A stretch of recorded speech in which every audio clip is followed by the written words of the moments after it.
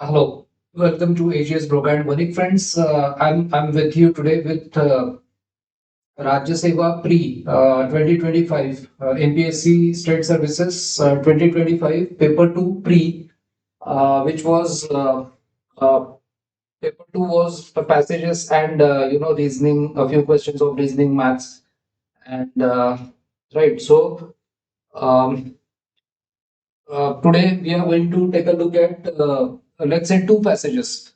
Okay, so what matters the most in passages is how well we comprehend. How well we comprehend if there is some text given to us in passage. There are going to be some questions, as you know. So here the most important thing is the word comprehend, comprehension, right? The word comprehension. So what is the meaning of this word comprehension? So comprehension means, when we say comprehension, it is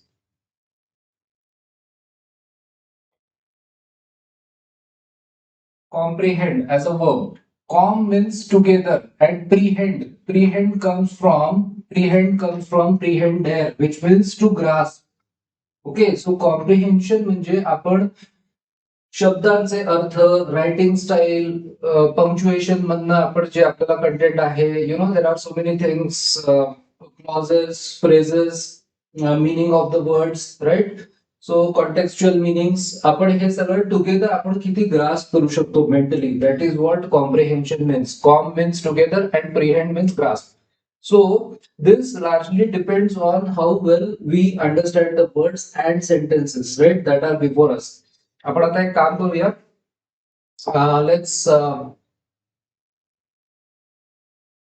Let's start with this passage, first passage, right. आपण पहिले हा समजून घेऊया. We will understand this. So 012, this is the paper number, Maharashtra Civil Services Gazetted Combined Pre, right, 2025 paper 2. Okay. So read the following passage and answer the questions 1 to 5. Okay, questions 1 to 5. Right. So let's begin. For Gandhiji, non-violence was a matter of principle. So, okay, so author says, for Gandhiji it was a matter of principle. तत्व होते त्याच्यासाठी, ते एक तत्व होतं. So प्रिन्सिपलची usually लोक, आपल्याला जे आपण म्हणतो की प्रिन्सिपल्स कॉम्प्रोमाइज नाही करू शकत कोणी. हा, राईट. सो गांधीजींसाठी नॉन व्हायलन्स हे असं काहीतरी होतं की जे प्रिन्सिपलशी निगडीत होतं. सो अति महत्वाचं, सगळ्यात महत्वाचं असं त्यांच्यासाठी ते होतं. But author says, but for most of his contemporaries, त्यांचे जे समकालीन होते इन द काँग्रेसमधले त्यांचे जे समकालीन होते. आता डॅश दिलंय. डॅश म्हणजे या पार्टचं काहीतरी पुढे आपल्याला डिस्क्रिप्शन किंवा काहीतरी एलॅबोरेशन मिळणार आहे. सो कोण कोण समकालीन? C R. Das, Motilal Nehru, Jawaharlal Nehru, Maulana Azad, Sardar Patel, Acharya Narendra Dev and so on. हे जे त्यांचे कंटेम्पररीज होते, इथे हे डॅश कम्प्लीट केलं म्हणजे हे सेंटेन्स आहे ना इथपर्यंत आलं. त्यानंतर डॅश मध्ये इथे जो पार्ट आला, तर याचा अर्थ असा असतो की हे सेंटेन्स इथपर्यंत आलं की डॅश नंतर पुढचं सेंटेन्स आपण असं वाचू शकतो की but for most of his contemporaries in the Congress it was a matter of policy. म्हणजे हे सेंटेन्स असं आपण वाचू शकतो. आणि मग मध्ये डॅशच्या मध्ये काय ऍडिशनल इन्फॉर्मेशन. सो ते कंटेम्पररीज त्यांचे कोण हे इथे दिलंय, राईट. सो त्यांच्यासाठी ते मॅटर ऑफ पॉलिसी होतं. But for Gandhiji it was a matter of principle. Okay. As policy and as form of political action. So हे जे कंटेम्पररीज होते त्यांच्यासाठी म्हणतात की policy as form of political action and behaviour, it was an essential component of the overall strategy. So पूर्ण जी एक overall strategy होती नॅशनल काँग्रेसची, त्याचा तो भाग होता, है ना. So non-violence was a part of that overall strategy. In fact, so author says, in fact, non-violence was in some essential ways, काही essential बाबतींमध्ये integral to the nature of the Indian national movement. Indian national movement जी होती त्याला integral होतं, integral part होतं त्याचं एक. Okay. So Indian national मुवमेंटचा एक इंटिग्रल पार्ट होता non violence. As a hegemonic, आता hegemonic movement, so based on wide mass mobilisation. हे लक्षात घ्यायचंय. वाईड मास मोबिलायझेशन म्हणजे अनेक लोकांना एकत्रपणे मोबिलाइज करणं, त्यांना एखाद्या मुवमेंटसाठी चालना देणं है ना. Mobile is someone who is mobile is someone who can move. So अनेक वाईड मासला, खूप लोकांना मोबिलाइज करणं, त्यांना चालना देणं मुवमेंटसाठी, आणि त्यासाठी it was a movement based on this as a hegemonic movement. Hegemonic movement म्हणजे काय, तर इथे या सेंटेन्स मध्ये आता हेजेमनी या शब्दाचा मिनिंग आहे डॉमिनन्स, किंवा हेजेमनी हा शब्द बरेच वेळेला निगेटिव्ह कॉन्टेक्स्ट मध्ये पण वापरला जातो है ना, डॉमिनन्स अशा अर्थी. पण ह्या सेंटेन्स मध्ये त्यांना सांगायचंय की इंडियन नॅशनल मुवमेंटला एक डॉमिनन्स किंवा इन्फ्लुएन्स या या अर्थी घ्यायचं इथे as a hegemonic movement. So influential movement होती ती Indian national movement, Indian national काँग्रेससाठी, and it was based on wide mass mobilisation. ठीक आहे, let's understand the next part. पुढे आपण बघूया काय आहे आपल्याकडे. Next we have is it was because. Okay, so we have here, all right. Okay, so we have, okay, it was because of this hegemonic and mass character of the national movement. त्या national मुवमेंटचं जे aspect होतं ना, hegemonic aspect म्हणजे influence करणारी होती ती, लोकांवरती प्रभाव पाडणं, आणि मास कॅरेक्टर, अनेक लोकांना मोबिलाइज करणं. तर त्याच्यामुळे काय होतं, non violence became one of its basic elements. Non violence हा त्या नॅशनल मुवमेंटचा एक बेसिक एलिमेंट बनला, one of its basic elements. Okay, the adoption म्हणजे नॉन व्हायलंट फॉर्म्स, जे अहिंसक मार्ग जे असतात स्ट्रगलसाठी. So enabled the participation of the mass of the people. So अनेक लोक त्याच्यामध्ये नॉन व्हायलंट फॉर्म्सच्या थ्रू स्ट्रगल करण्यासाठी एकत्रित येणं, आणि त्याच्यामध्ये who could not have participated in a similar manner in a movement that adopted violent forms. म्हणजे एखादी अशी चळवळ ज्याच्यामध्ये व्हायोलंट फॉर्म्स अडॉप्ट केल्या जावे लागतील, किंवा ज्याच्यामध्ये व्हायोलन्स लागेल, त्याच्यापेक्षा असे लोक इथे हवे होते की जे नॉन व्हायलंट मध्ये पार्टिसिपेट करू शकतील, म्हणजे व्हायलंट फॉर्म्स मध्ये जे करू शकणार नाही ते इथे कामात येतील असं. This was particularly true of women's participation, especially ज्या स्त्रिया होत्या ना त्यांच्यासाठी हे फारच ऍप्लिकेबल होतं, कारण की त्या व्हायलंट फॉर्म्स मध्ये पार्टिसिपेट नव्हत्या करू शकत. सो वुमेन्स पार्टिसिपेशनच्या बाबतीत non violent form was more relatable. Women आता बघा, वुड हॅव फाउंड इट म्हणजे स्त्रियांना, would have found it difficult, स्त्रियांना ते डिफिकल्ट गेलं असतं, त्यांच्यासाठी कठीण झालं असतं स्त्रियांसाठी to join an arm struggle, ज्याच्यामध्ये वेपन्स असतील, असा जो स्ट्रगल आहे ज्याच्यामध्ये ज्याच्यामध्ये आर्म स्ट्रगल आपण म्हणू शकतो, वेपन्स असतील, सो त्याच्यामध्ये शस्त्रास्त्र, त्याच्यामध्ये वुमेनसाठी डिफिकल्ट झालं असतं. पण ऑथर म्हणतो when it came to undergoing suffering म्हणजे आता हे नॉन व्हायलंट फॉर्म्स मध्ये ना एन्ड्युरन्स जास्त असतो, सहनशक्ती जास्त लागते. So when it came to undergoing suffering, त्यानंतर फेसिंग लाठी चार्जेस, पिकेटिंग म्हणजे काय, उभं राहणं, picketing for hours on end म्हणजे खूप दीर्घ काळासाठी उभं राहणं. In the summer or the winter women were probably stronger than men. ह्या बाबतीत म्हणजे एन्ड्युरन्स, सहनशक्तीच्या बाबतीत स्त्रिया जास्त स्ट्रॉंग होत्या माणसांपेक्षा, पुरुषांपेक्षा. ओके, पुढे बघू आपण. Then we have non-violence as a form of struggle and political behavior. Okay, struggle and political behavior was also linked to the semi-hegemonic, semi-authoritarian character of colonial state. आता colonial state जे आहे, colonial state that is British rule है ना, British rule. तर British रूलचं त्यांनी काय कसं वर्णन केलंय, सेमाय हेजेमोनिक, सेमाय ऑथोरिटॅरियन. म्हणजे कॉलोनियल रूलला त्यांनी ही जी याच्या दोन टर्म्स वापरल्या. सो या दोन टर्म्स अशासाठी वापरल्या आहेत की ब्रिटिश रूलसाठी हेजेमोनिक म्हणजे अधिकारशाही अशा दृष्टीने सेमाय हेजेमोनिक आणि सेमाय ऑथोरिटेरियन.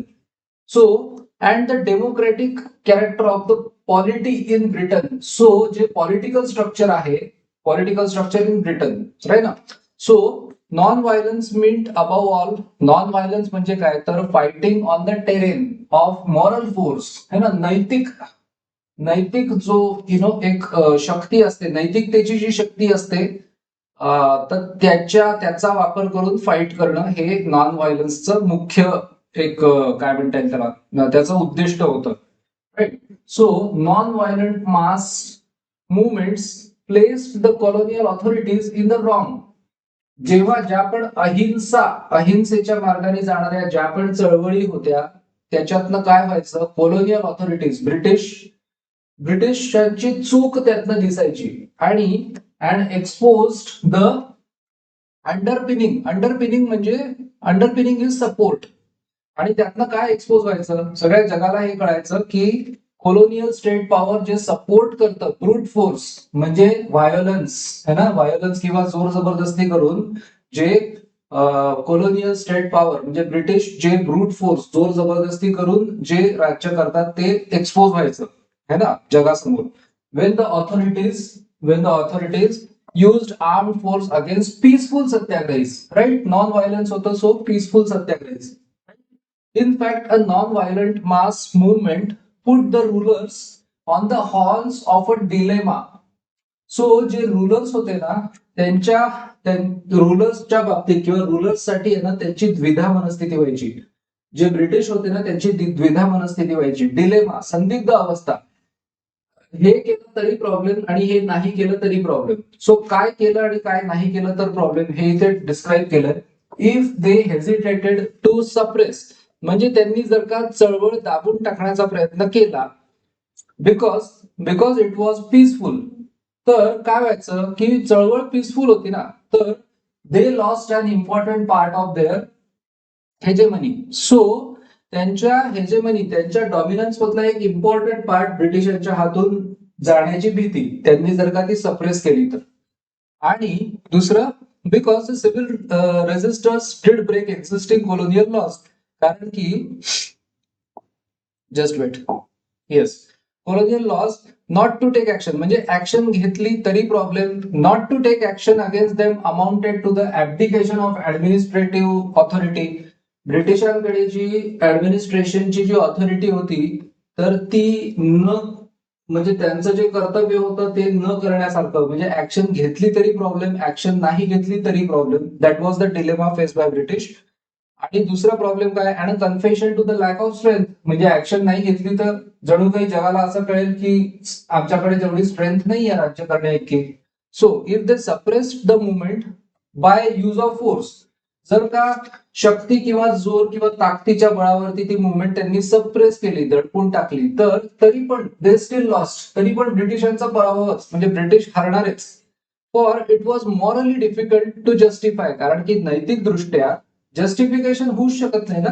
जी पीसफुल मुवमेंट आहे, है ना, जी शांतीपूर्ण मुवमेंट आहे, जी नॉन व्हायलंट मुवमेंट आहे, जी अशा अहिंसेच्या मार्गाने जी चळवळ होतीये, त्याला तुम्ही सप्रेस करणं म्हणजे नैतिकतेच्या ग्राउंडवरती ते चुकीचे ठरले ना British. And non violent law breakers through the use of force. So तुम्ही जर का फोर्स यूज केला नॉन व्हायलंट आणि पीसफुल मुवमेंट वरती, तर तुम्ही नैतिकतेच्या आधारावरती तुम्ही चूक ठरता. So they were in a no win situation, म्हणजे त्यांनी ऍक्शन घेतली तरी किंवा ऍक्शन घेतली नाही तरी ब्रिटिशांची नो विन सिच्युएशन होती, म्हणजे पराभव ब्रिटिशांचाच होता. आता पुढे काय दिलंय, the national movement had on the other hand, दुसरीकडे आता नॅशनल मुवमेंटच्या बाजूने बघितलं तर winning strategy. Okay, winning strategy आणि सेमी कोलन दिले पहा, इथे सेमी कोलन आहे. सो पुढे काहीतरी डिस्क्रिप्शन आहे, a semi democratic rule had no answer to a mass movement. So winning hand का बरं होता, कारण की सेमी डेमोक्रेटिक म्हटलंय है ना, पूर्ण डेमोक्रेटिक रूल नव्हता ना, ब्रिटिशांचा जोर जबरदस्ती होती. So it cannot be called democratic. So semi democratic rule had no answer to a mass movement that was non violent and had massive popular support. त्याला सपोर्टही फार मॅसिव्ह, फार ह्यूज पॉप्युलर सपोर्ट होता. Okay, now let's take a look at next part, which is We have. So in practice, the colonial authorities constantly vacillated. Vacillated म्हणजे काय? ते constantly, they used to vacillate. म्हणजे ते constantly ते काय म्हणतात त्याला, त्यांचं मत परिवर्तन होत असायचं. त्यांना वॅसिलेट करावं लागायचं बिटवीन, कशाच्या बिटवीन द टू चॉईसेस. दोन चॉईस मध्ये हा घेऊ का हा घेऊ, हा घेऊ का हा घेऊ, याच्यामध्ये वॅसिलेट व्हायचे. युजली प्लंबिंग इन, हे प्लंबिंग नसावं, हे युजली प्लंबिंग इन असेल, हे plumbing in. So usually plumbing in the end for separation. So ते सपरेशन करायचं की नाही, करायचं की नाही, याच्या बाबतीत ते दोन चॉईसेस मध्ये ते वॅसिलेट व्हायचे. By taking resource to separation of a non violent movement, they had to suffer constant erosion of hegemony by exposing the basic underpinning of colonial rule. म्हणजे ते उघडे पडले असते ना, एक्सपोज झाले असते ते colonial rule चा जो बेसिक अंडरपिनिंग आहे, की जबरदस्ती आणि कोर्शन, फोर्स आणि कोर्शन. सो सो ते चुकीचं ठरले असते. तुम्ही नॉन व्हायलंट मुवमेंट वरती कोर्शन, जोर जबरदस्ती करताय, फोर्स वापरताय. कॉन्सिक्वेंटली म्हणजे परिणामतः the hegemony of colonial rule, म्हणजे कोलोनियल रूल, ब्रिटिशांची जी हेजेमनी होती, ब्रिटिशांकडून केल्या जाणारं जे डॉमिनन्स होतं, जे जोर जबरदस्ती होती, or it's moral basis was destroyed. त्याचं मॉरल बेसिस, त्याचं जे नैतिक ग्राउंड होतं, ते पूर्ण डिस्ट्रक्शन त्याचं, bit by bit. So consequently हे त्याचा परिणाम होत होता, की त्याची हेजेमनी ब्रिटिशांची आणि मॉरल बेसिस वर destroyed bit by bit. Okay, पुढे आपण बघूया काय दिलंय.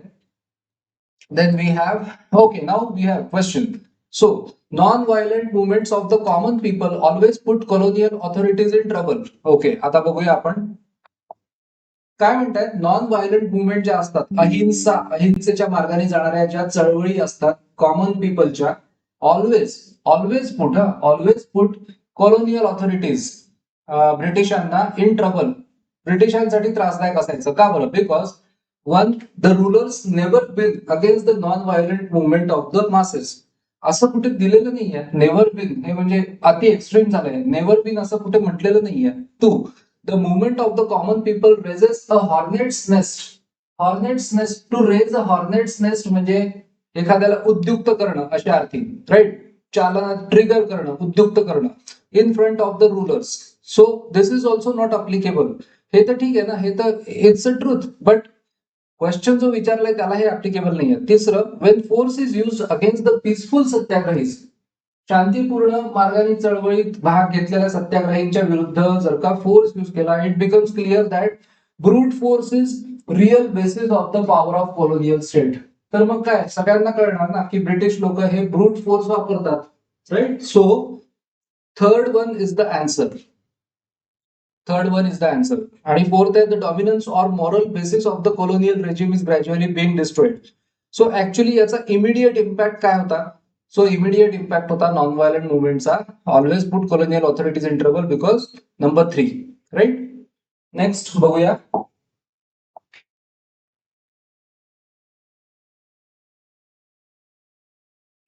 Second, read the statements. A, the Indian national movement was in the form of a hegemonic movement carried out on the basis of broad mass organization.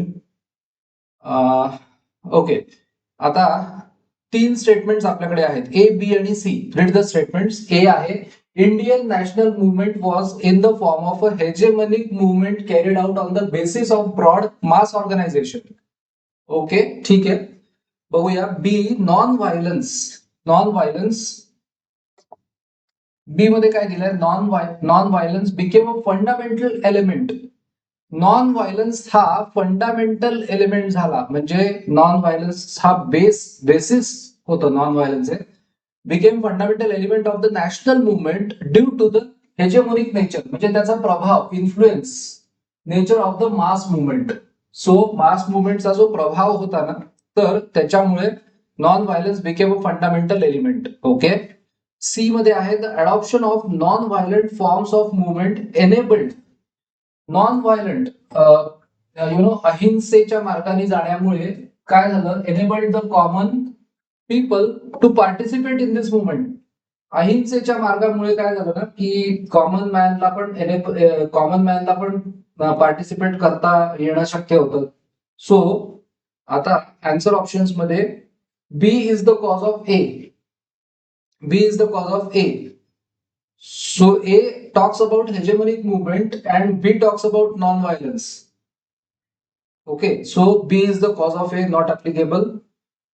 C is the cause of, A is the effect of B. A is the effect of B किंवा B is the cause of A. एकच गोष्ट आहे. आणि तिसऱ्या याच्यामध्ये आहे C is the cause of A. C is the cause of A. Adoption. C मुळे A नव्हतं, C मुळे B होत होतं. Right. So C is the effect of B.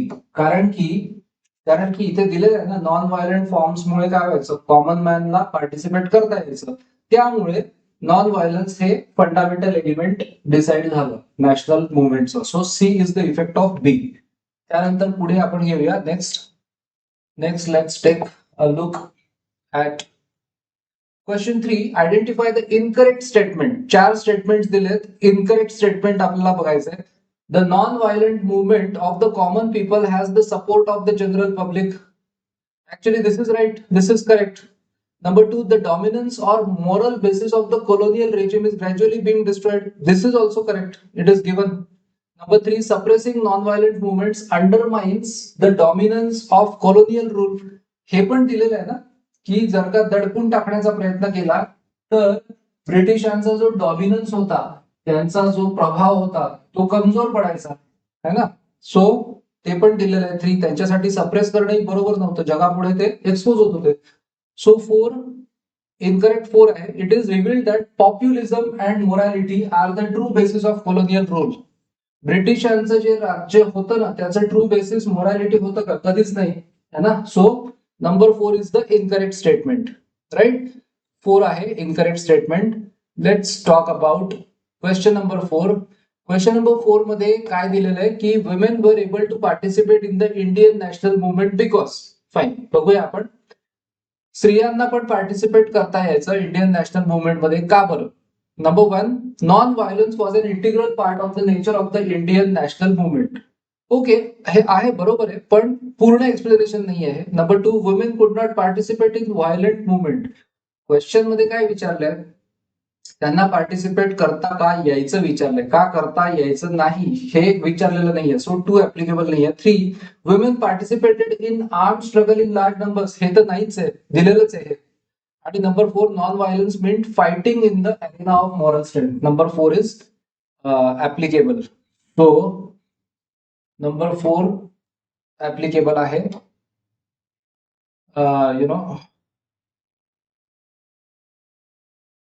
Because non-violence meant fighting in the arena of moral strength. So, okay, non-violence was an integral part of the nature of Indian national movement. Yes. So actually, 4 ला 1 आहे. 4 साठी 1 आहे applicable. So for 4 it is 1. And then we have number 5. Question number 5. Identify the incorrect statement. 1, the movement of the common people poses a challenge to the rulers. Yes, this is right. 2, the message it conveys is that the colonial government does not have the capacity to rule if action is not taken against those who violate colonial laws. हे पण आहे ना, message convey होतो ना की action नाही घेतली तर की पॉवर नाही आहे यांच्याकडे. सो कपॅसिटी नाही आहे. सो हे पण बरोबर आहे. 3, even if the movement is suppressed by force the government itself is defeated. हे पण बरोबर आहे. So incorrect. It is not morally unjustifiable. Not morally unjustifiable म्हणजे काय? It is morally justifiable. Right? So it is not morally unjustifiable means it is morally justifiable to use force to control a peaceful movement and those who break the law in a non-violent way. So number 4 is untrue. Statement number 4 is incorrect. Let's take a look at next. Okay, let's take a look at next question, which is पुढचा बघूया आपण. Read the following passage and answer the question number 6 to 10 below it. Okay, so आता बघूया आपल्याकडे काय आहे, brain drain है ना. ब्रेन ड्रेन बद्दल आहे की इंडियामधनं जे brain drain like qualified engineers म्हणा किंवा डॉक्टर्स म्हणा, आपल्याला हे माहितीये ब्रेन ड्रेन वरती आपण खूप वेळा एसेस वगैरे लिहिलेले आहेत स्कूलमध्ये कॉलेजमध्ये. So the passage talks about brain drain. बघूया आपण काय आहे. Brain drain is one of the major among several problems created due to migration. So जे लोक मायग्रेट होतात ना, तर त्याच्यामुळे ब्रेन ड्रेनचा जो प्रॉब्लेम क्रिएट होतो त्याच्याबद्दल आहे. Due to brain drain poor and developing countries, कुठल्या बघा, पुअर आणि developing countries suffer while rich and developed countries ज्या आहेत त्यांना फायदा मिळतो आणि ज्या डेव्हलपिंग कंट्रीज आहेत त्यांना नुकसान भोगावं लागतं. Due to social commitment and to make educational facilities available to poor people. Okay, गरीब लोकांना सोशल एज्युकेशन फॅसिलिटीज अवेलेबल करून देण्यासाठी education in developing countries is very cheap. Developing countries ज्या आहेत ना त्या चीप कॉस्ट मध्ये किंवा कमी कॉस्ट मध्ये एज्युकेशन ऑफर करतात, right. So this means society makes considerable investment to produce trained man power. म्हणजे सोसायटी काय करते तर इन्व्हेस्टमेंट करते कशासाठी, ट्रेंड मॅन पॉवर प्रोड्यूस करण्यासाठी. To meet the need of the society poor countries spend a lot of money on producing technicians. So technicians तयार करण्यासाठी, scientist तयार करण्यासाठी, इंजिनियर्स तयार करण्यासाठी, मेडिकल ग्रॅज्युएट्स करण्यासाठी पुअर कंट्रीज जे आहेत ना खूप पैसे खर्च करत असतात. ओके, पुढे आपण बघू. Next, unfortunately immediately after getting degree मिळाल्यावर लगेचच this technicians, scientist, engineers and medical graduates due to higher wages, त्यांना चांगल्या नोकऱ्या ऑफर केल्या जातात डेव्हलप्ड कंट्रीज कडनं. Due to higher wages and better living and working conditions migrate to rich and develop countries. त्यांना या कंट्रीज मध्ये ना हे सगळं मिळतं, हायर वेजेस आणि better living conditions, working conditions, त्यामुळे ते मायग्रेट करतात, right. From the point of view of individual interest. Okay, व्यक्तिगत इंटरेस्ट म्हटलं तर दिस probably could be a correct decision. व्यक्तिगत लेवलवरती ठीक आहे, म्हणता येईल की करेक्ट डिसिजन आहे. हाऊएव्हर, पण the society which provided them education almost free, ज्या सोसायटीने त्यांना ऑलमोस्ट फ्री एज्युकेशन दिलं टेक्निशियन्स बनण्यासाठी, is not served bye them at all. तर त्या देशाला, त्या सोसायटीला त्यांचा काहीच फायदा होत नाही. And to serve self interest they migrate to other countries. स्वतःची प्रगती करण्यासाठी ते दुसऱ्या कंट्रीज मध्ये मायग्रेट होतात. Developing countries therefore suffer immensely and the developed countries, ज्या डेव्हलप्ड कंट्रीज आहेत जे ट्रेंड मॅनपॉवर, त्यांना फायदा होतो, त्यांना कुशल मॅनपॉवर मिळते विदाउट स्पेंडिंग अ पैसा ऑन देअर ट्रेनिंग. आणि ज्या डेव्हलपिंग कंट्रीज आहेत त्यांचं नुकसान होतं. ओके, पुढे let's take a look at next part. Tempo of development of the developed countries. ज्या डेव्हलप्ड कंट्रीज आहेत त्यांची जी स्पीड आहे ना डेव्हलपमेंटची इज फर्दर इन्क्रीज, ती आणखी वाढते. आणि दुसरीकडे ऑन द अदर हँड काय म्हटलंय, on the other hand poor countries, तर त्यांचं नुकसान आणखी होतं, कारण की ते इन्व्हेस्ट करतात huge capital in producing technicians, do not get any benefit of their skills, and tempo of development of the poor countries slackens. त्यांची जी डेव्हलपमेंट आहे, विकास, तो कमी होतो. For example, many medical graduates from India after getting education at nominal cost. इंडियामध्ये nominal cost bear करून education घेऊन ग्रॅज्युएट्स काय करतात, migrate to the developed countries like United Kingdom or USA. Those societies get the benefit of there knowledge. हे जे लोक graduate होतात त्यांच्या ग्रॅज्युएशनचं, त्यांच्या शिक्षणाचं बेनिफिट या कंट्रीजला मिळतं. But poor villagers in India are deprived, वंचित राहतात, deprived of efficient medical services, है ना. एफिशियंट मेडिकल सर्व्हिसेस इंडिया मधल्या लोकांना मिळत नाही, कारण बरेचसे मेडिकल ग्रॅज्युएट्स मायग्रेट होतात. Okay, now next, there are so many Indian medical graduates in the public medical service. आता काही आपल्या पुढे स्टॅटिस्टिक्स आहेत किंवा काही फॅक्ट्स आहेत की पब्लिक मेडिकल सर्व्हिस मध्ये UK मध्ये खूप इंडियन मेडिकल ग्रॅज्युएट्स आहेत, इंडियन डॉक्टर्स आहेत. आणि author says that if they come back to India, ते जर का इंडियाला परत आले तर the medical service in United Kingdom might collapse. इतके आहेत तिकडे UK मध्ये. Similarly so many technicians and scientist in India have gone or are going to USA that to produce so many scientists and technicians, USA will have to set up several educational and training institutes. इतके लोक इंडियामधनं USA मध्ये जातात की तेवढे quantity मध्ये scientist किंवा technicians produce करायचे झाले तर अमेरिकेला खूप सारं सेटअप करावं लागेल, खूप एज्युकेशनल आणि training institutions.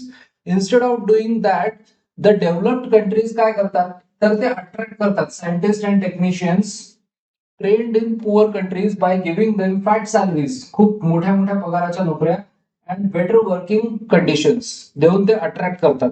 In a sense this is a type of injustice done to the developing countries. So developing countries वरती हा अन्याय आहे एका प्रकारे, असं ऑथर म्हणतोय.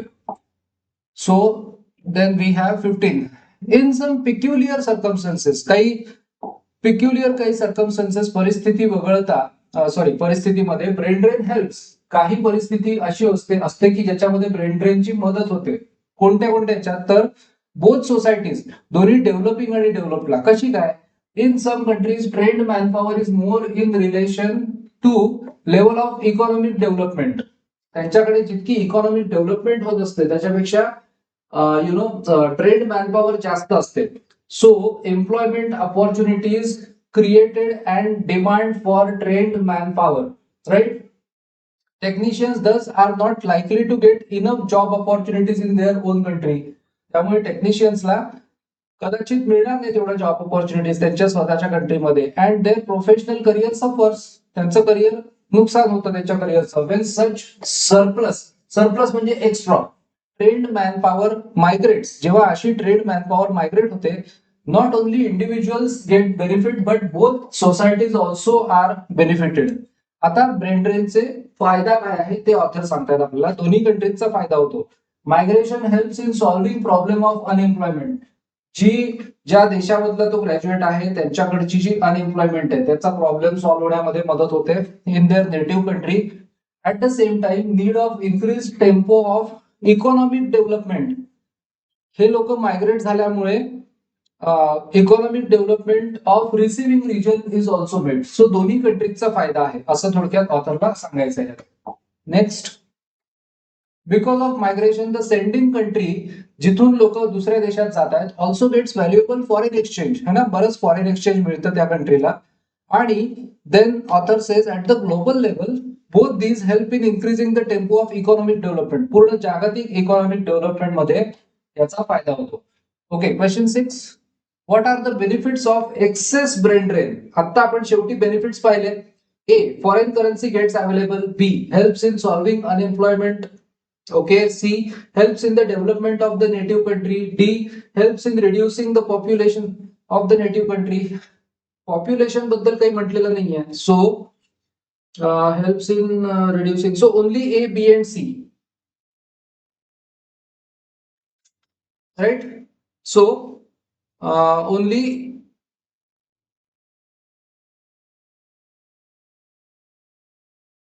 okay, we have only A, C and D. So we have D as well. याच्यामध्ये D पण आहे का? अच्छा, D. Okay. So only A, B and C. हा ठीक आहे, हे C आहे. Helps in the development of native country. So 3 आहे, only A, B and C, कारण D नाही आहे. Okay. Then we have next 7, which of the following reasons is responsible for the brain drain. कोणते कोणते reasons आहेत brain drain साठी responsible? A, expectation of more salary packages. Okay. B, better job opportunities and facilities, right? C, for the development of other country. So आणि D, just for tourism. So just for tourism तर नाही आहे. So just for tourism cannot be the reason. C, for the development of other country. So हे पण काही reason नाही आहे. Brain drain हे रिझन नाही होऊ शकत ना, हे तर आउटपुट आहे, हे तर आउटकम आहे. So A and B. So याचं येणार 2, याचं येणार number 2. So which are the reasons? Expectation, लोक एक्सपेक्ट करतात मोर सॅलरी, आणि D, B, better job opportunities. त्यानंतर next we have 8, according to passage which one of the following sentence is not correct. Fine. So number 1, most of the Indian doctors are going to England and America. This is correct. 2, poor villages in India are deprived of efficient medical service. This is also mentioned in the passage. Number 3, Japanese Japanese doctors काहीच mention नाहीये. Japanese doctors are coming in India for services. 3 is not mentioned. 4, if Indian doctors come back to India from England, the medical services of them might collapse. So 3, incorrect है ना? Is not correct. 3 काहीच म्हटलं नाही Japanese doctors बद्दल. Let's take a look at next question. Question 9. How does the brain drain take place? Brain drain हा कसा घडतो? So A आहे from underdeveloped country to developed. Okay, yes. Underdeveloped to developed. B from developing to developed. Yes, this is also true. C from underdeveloped to underdeveloped. दोन्ही underdevelop असेल तर काय फायदाच नाही काही. So C not applicable. D from develop to underdeveloped. D not at all applicable. So याचं 3 आहे. Only A and B. How does it take place? एकतर अंडरडेव्हलप कडनं डेव्हलप कडे किंवा डेव्हलपिंग कडनं डेव्हलप कडे. So this is 3. Then we have next 20 question 10. What are the disadvantages of brain drain? Disadvantages काय काय आहेत बघू आपण आता. So expenditure done on the education of technicians, scientists and doctors is wasted. Okay. B, their migration causes decreasing population. Decreasing population असं काही हे नाहीये. Migration creates problems due to increased population of those countries. And D, it creates obstacles in the development of native country. Yes, D is true. Disadvantage मध्ये D आहे बरोबर. आणि expenditure done on the education of technicians. So only A and D. Some number 4. Only A and D are the disadvantages of brain drain. B आणि C चं काही नाहीये. Their migration causes decreasing population. आणि C, migration creates problems due to increased population of those countries. Not mentioned. So only A and D. 10 साठी. Now then we have, after this we have third passage. So we will take a look at passage number 3 in the next session, right? 21 मध्ये. So answer questions 11 to 15. This passage we will take a look at in the next session. I'll be back with these questions and we will discuss passage and we will try to find out how to solve reading comprehension questions. So keep joining the sessions and we will still continue. I'm going to upload new videos for Word Power Made Easy series as well. So keep learning, keep studying and have fun. Thank you so much. Good day.